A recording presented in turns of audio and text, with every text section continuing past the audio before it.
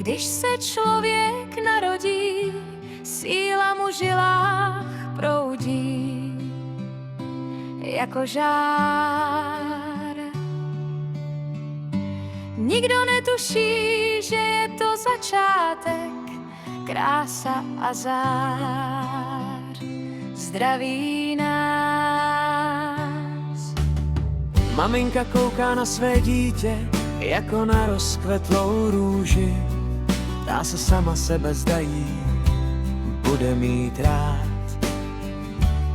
Musím se pousmát na to, co mě čeká a nemine.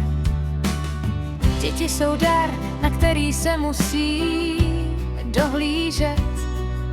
Jsou radost, ale též i starost, nic nesmí matka podcenil. Uteče to jako voda, než řekne bej a vylítne z hnízda. Když se člověk narodí, síla mu v žilách proudí jako žár. Nikdo netuší, že je to začátek, krása a zář zdraví nás.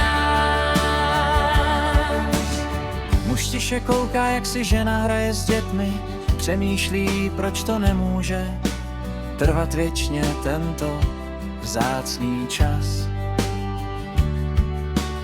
Rodina je nade vše, i když je to občas těžké. Cesty jsou klikaté, ale to nás nezastaví. Den a noc utíká jako myš před kočkou. Stejně žena musí chránit své dítě před hrozbou. Matky jsou štít a tátové jsou zeď. Čas je náš nepřítel, rychle plyne jako řeka pryč. Když se člověk narodí, síla mu v žilách proudí jako žár. Nikdo netuší, že je to začátek, krása a zář zdraví nás. Radost a smutek tomu patří, ne vždy je vše růžové, bohužel tak to je.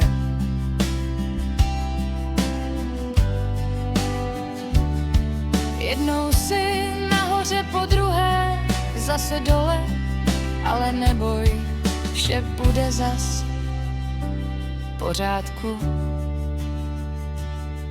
Dokud máš co jíst a pít a hlavně milující rodinu, nemusíš se bát té temnoty okolo.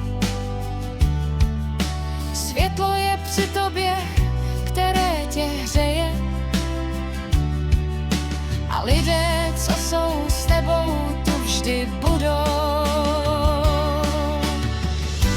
Když se člověk narodí, síla mu v žilách proudí jako žár.